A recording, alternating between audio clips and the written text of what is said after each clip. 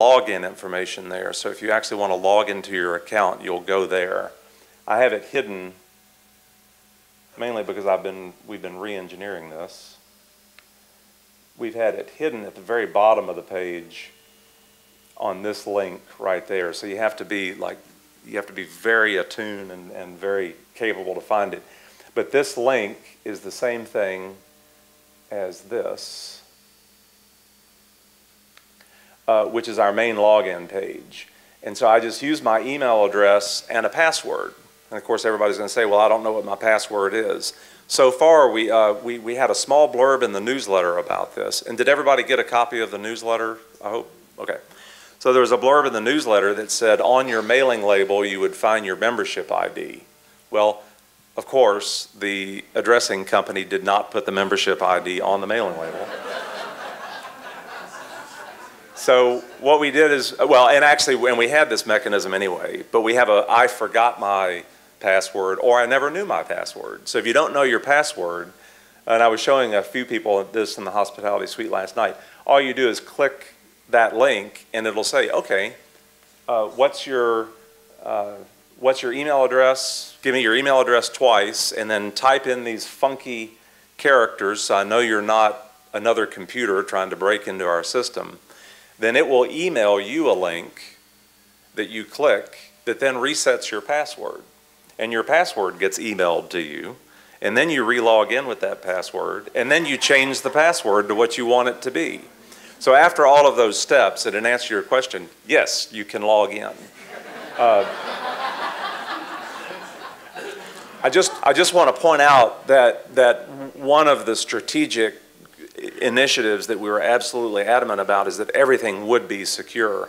Some of the questions that we had in the survey that we send out is, you know, if we make our membership directory available online, how will we secure it? Well, we're using the same kind of security that Bank of America uses. Now, we don't have the staff that Bank of America has, so perhaps it's not exactly as safe, but it's all the exact same technology. Can you find a secure one then instead of Bank of America? Yes, Regions Bank, I think, is the other one. But basically, I just wanted to show you this quickly. Once you log in, it's really just like Facebook. So if you've logged into Facebook or you know, your Yahoo account, it's very, very similar.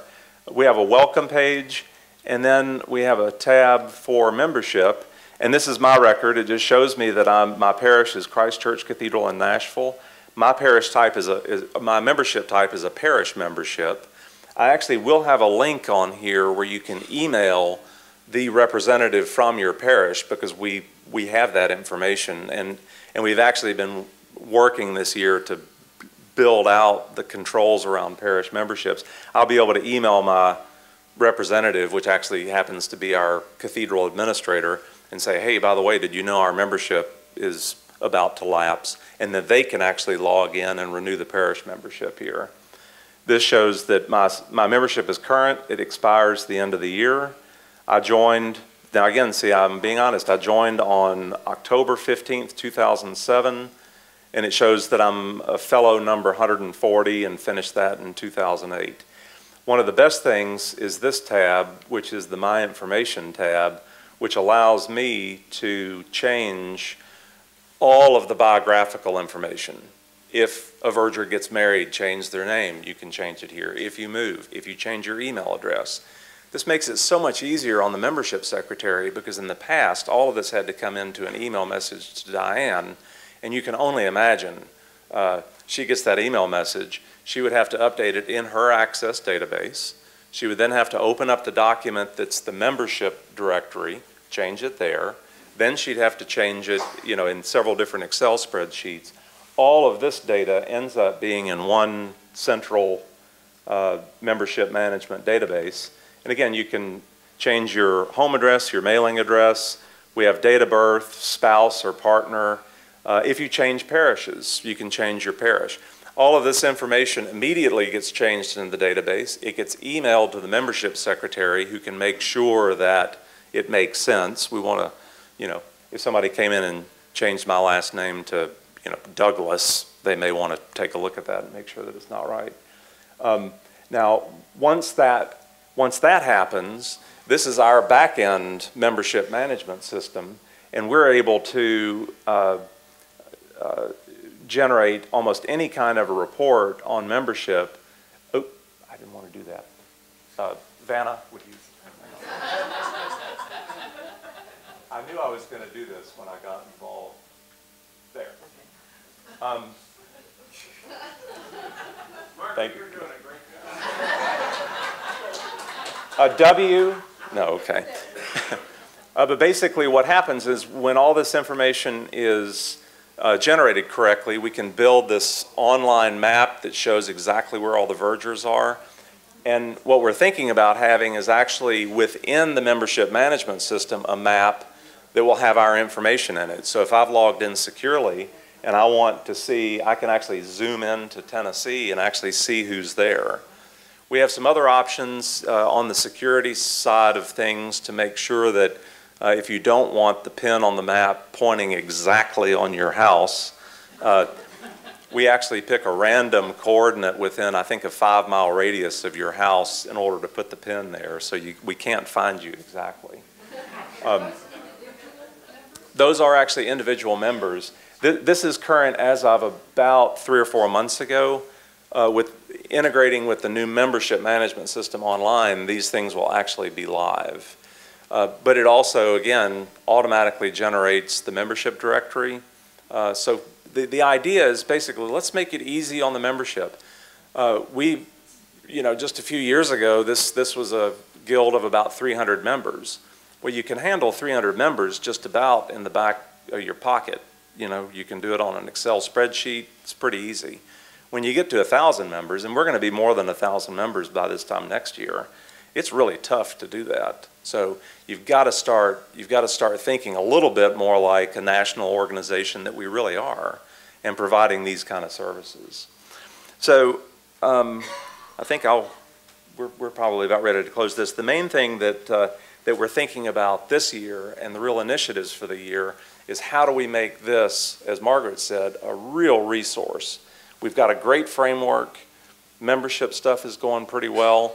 But how do we get customaries and checklists and procedures? And I'd like to see some more things about, what's particularly interesting or unique about your liturgies, and how do you address those as a verger? I was hearing a conversation last night about having a thurifer that is the leading thurifer, and then they have some sort of an ejection route that they run through to then become the thurifer in the back. And those are all things that are really, they're interesting. I was just hearing that and thinking how I could never pull that off where I'm from. But to have those kind of comments here, and again, where it's all searchable. So that's where we are. And the last thing that I did want to say is that for anyone that's here, please, if you have a camera, take as many photographs as you can. And if you'll go to vergers.org, at that top quick links section right down here, there'll be an upload photographs link. So anybody that takes photographs, please upload them. They don't have to be good. They can be, of anything that you want. But the more photographs we have, the easier it is, to generate this, to populate it on the website. And also, as you're here, think about things that you might like to see in the next newsletter. You can always email communications@vergers.org. It's just about everywhere on the website. There's a contact us page. Email us ideas. Write an article. Email it. We'll use it. Because there's no mystery and there's certainly no magic to it. And if you're here this weekend and you see something that you think is interesting that other vergers might find interesting, write about it. It might be nice to have 3 or 4 roving reporters this weekend just taking notes, and submit a 300 or 400 word thought or essay on how the conference went from your perspective. So I think that would be interesting. Are there any other quick questions about the website or the membership system? Oh, yeah. Oh, yes. And anybody that wants to help, this is not a closed group by any means. If you want to help on the website, if you have any technical knowledge, you don't have to have technical knowledge, but writing knowledge, I would particularly like to see if anybody knows of anybody in